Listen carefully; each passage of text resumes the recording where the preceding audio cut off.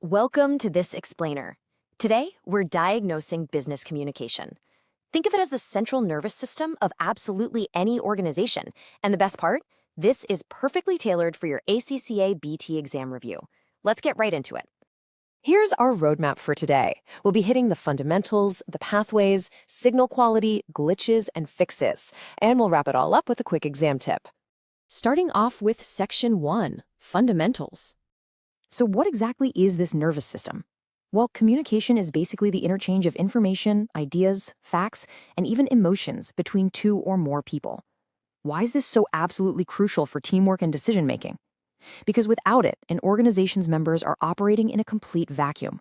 Imagine a factory worker endlessly sewing denim pockets on backwards, just because no one bothered to tell him the jeans were failing quality inspection, right? If those feedback loops don't exist, the whole system just completely breaks down. Now, the signals in our system take four main forms, and you definitely need to know the difference for your exam. First up, we've got verbal communication, which covers spoken methods like your everyday face-to-face chats or telephone and video meetings. Then there's written communication, saying official emails, instant messaging, and formal reports. Nonverbal communication is all about body language, facial expressions, eye contact, and gestures. And finally, visual communication.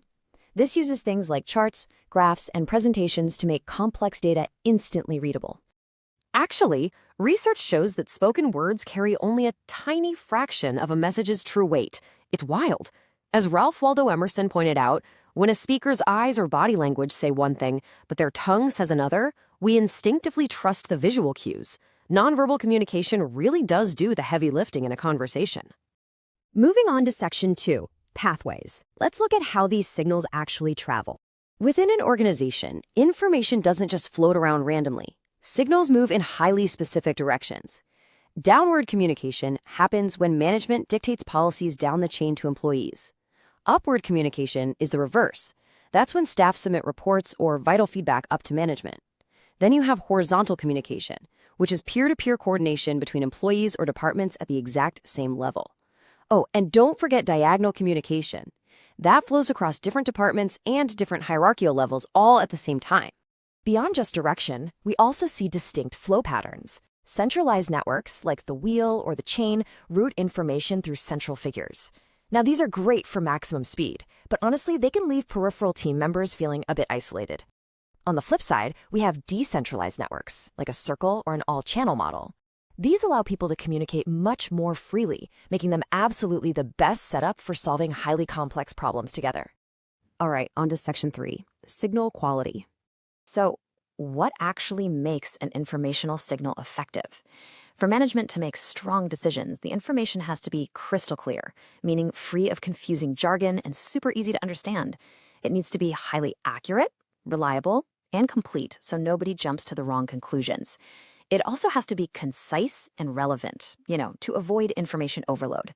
And crucially, it must be timely. Think about it. Reporting a broken factory machine immediately saves massive amounts of production time. If that report is delayed by a few hours, well, that information becomes practically useless.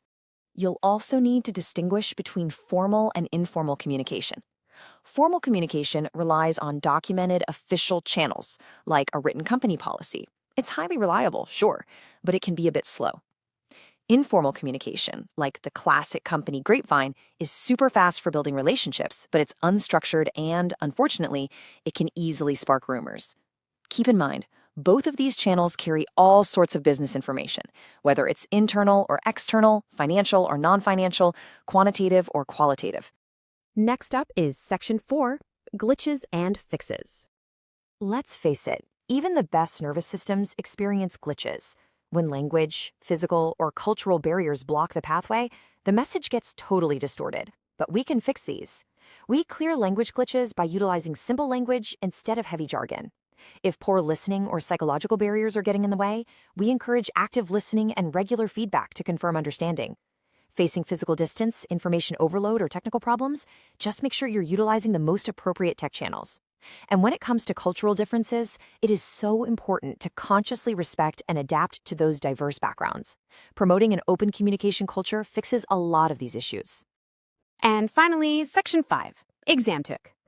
Seriously, take a mental snapshot of this right now. It perfectly distills everything you need to know for your ACCA BT exam. Remember that communication equals sharing information effectively. Know your 4 types: verbal, written, nonverbal, and visual.